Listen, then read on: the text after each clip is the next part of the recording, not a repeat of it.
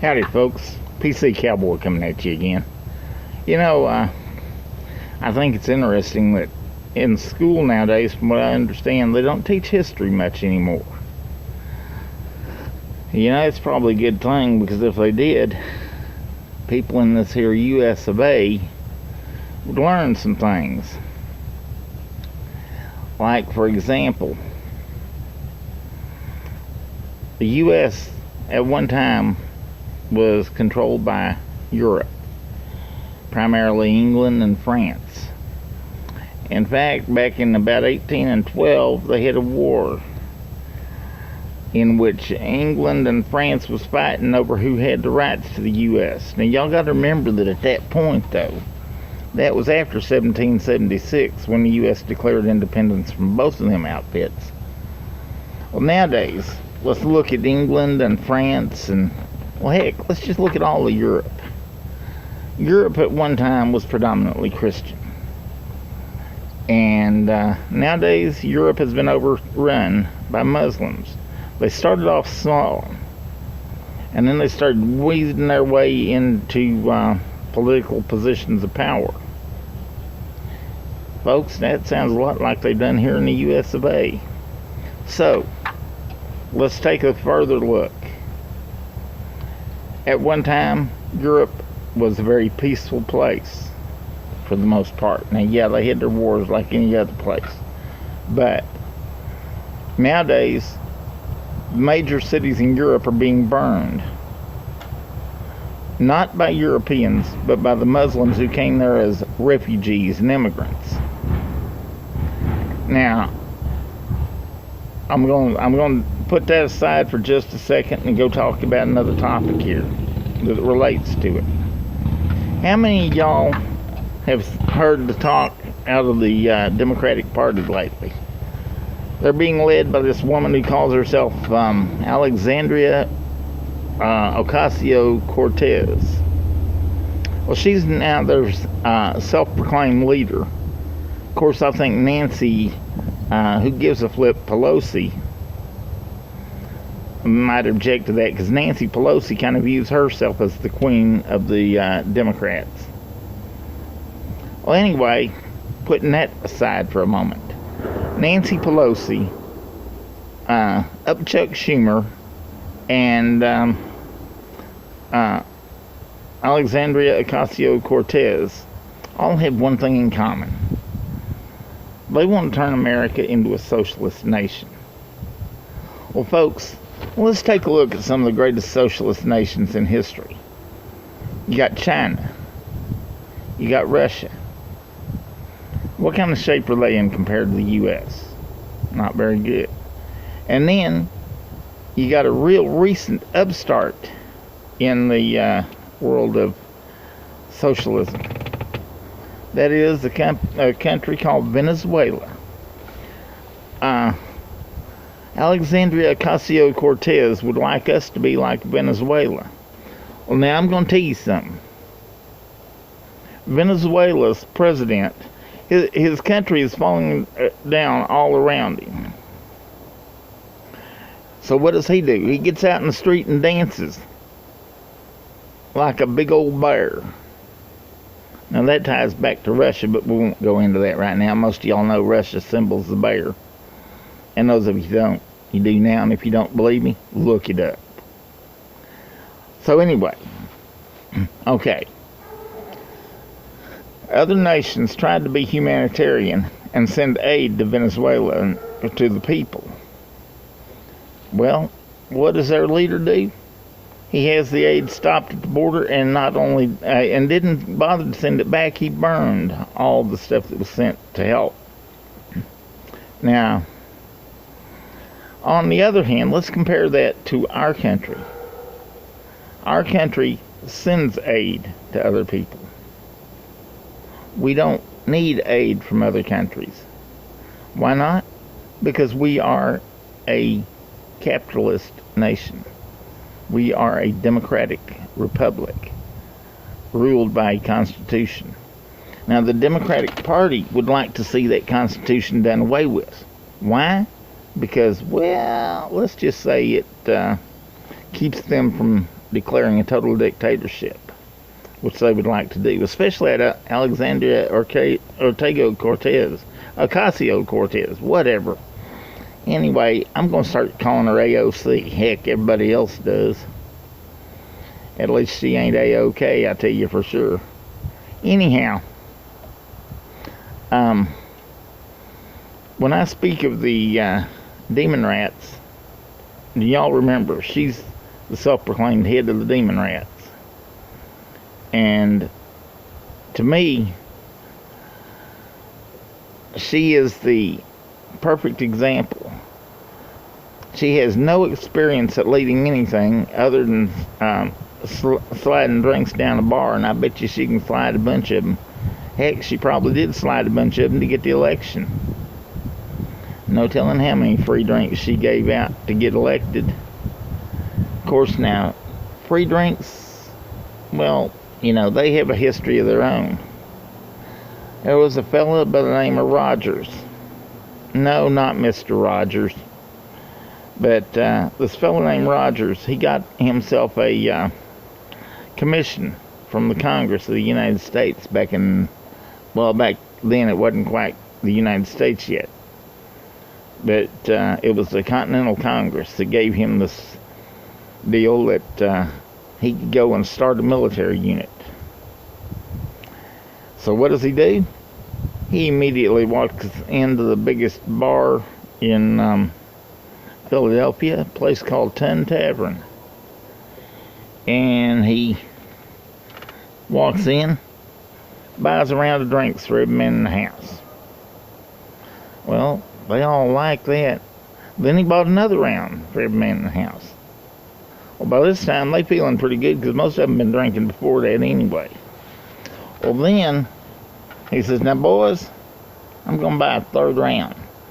But this round is reserved. He said, the Continental Congress has authorized me to start a military unit called the United States Marine Corps. And I'm going to buy a round for every man that is willing to sign up to become a member of the United States Marine Corps. Well, you know, most of the guys in the bar, they went ahead and signed up and got that free drink. Next thing they know, they was Marines in training. Marine Corps come a long way since then. If you're drunk, they won't let you sign up. But they are the finest fighting force in the world. They defend that flag you see flying over my shoulder, and you see the flag represented on my shirt. The Patriotic Christian Cowboy has not a bad thing to say about the USMC. But I have a feeling that Miss AOC draws to herself a group of people that are totally different than the ones that went into the Marine Corps. Because the people she draws in, they're the ones that, well, I'm going to tell you something, folks. I mentioned that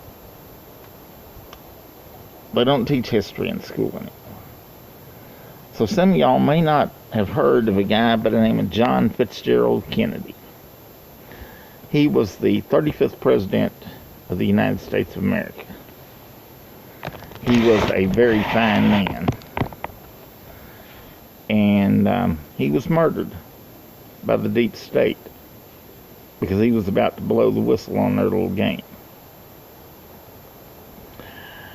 That's why we as Christians need to pray for Donald Trump, because the deep state's still around, and I'm sure they would love to take him out. Of course, now the thing is that because a lot of the stuff about the deep state's been exposed, if they take Donald out, I have a feeling they'll have a civil war on their hands, and that doesn't fit their agenda, I'll tell you for sure. But anyway, and besides all that, let's just say that we did have a civil war here in the U.S. of A. The Democrats against the Patriots. No, I ain't talking about that football team. The Patriots, who stand for this country. Well, you see, the Democrats believe in disarming the public. Patriots, on the other hand, say, you want my weapons? Come and take them. Well, folks, you get a bunch of pansies of the DNC and put them up against a bunch of armed patriots. That war won't last long. Now, I try to be a man of peace and accommodation, but I do have my limits. And the DNC is about reaching my limits. So, folks, when y'all go to vote, I want you to think about one thing. Do you want a country where the president puts aside his own life of luxury in order to serve the people? Or do you want a president who dances in the street while his people are starving? The Democrats are offering you that second president, one who would dance in the streets happily while his people are starving, as long as he's got power. The Republicans, the good Republicans, now there are some rhinos out there that stands for Republican in name only. What they are is a bunch of demon rats who have infiltrated the Republican Party. Donald Trump's weeding them out as quick as he can, but he needs our help on that. And how can we help him, you ask? If you're in an area represented by a Republican and he's not standing for the Constitution and backing our president, vote that sucker out and get you one in that'll do the job. Remember, folks, the Congress doesn't represent them. Well, they're not supposed to represent themselves. They're supposed to represent you, the people. And if what they're putting through government is not what you, the people, want, it's time to get them out. Now, you may be able to get them out by voting, but some of them are so entrenched that it may take a point at which this country goes to armed revolution. So far, we've had a revolutionary war that got this country started. We had a civil war that almost divided the country. And now, we may be having a civil war to reunify the country under the Constitution of the United States, which was what founded the country. Now, I know some of that may sound kind of harsh and heavy and all that, but y'all need to know. Well, some of you already know that I'm an old man. That for the past several years I've gotten around by means of a wheelchair. I can still walk on a pair of crutches for a little ways. But I'll tell you what, if it come down to fighting for this country, I will do my part. And any of y'all that wouldn't do your part to protect this country and keep it from becoming a third world nation, do me a favor. Unfriend me. Those of you who are willing to stand for this country, y'all are my friends. Y'all are my family. And I want to give a quick shout out to Coy Griffin and the guys from Patriots, from Cowboys, excuse me there, folks. They, as most of y'all know, they made a little ride up to Washington, D.C. and met with the president, presenting him with a cowboy hat. So,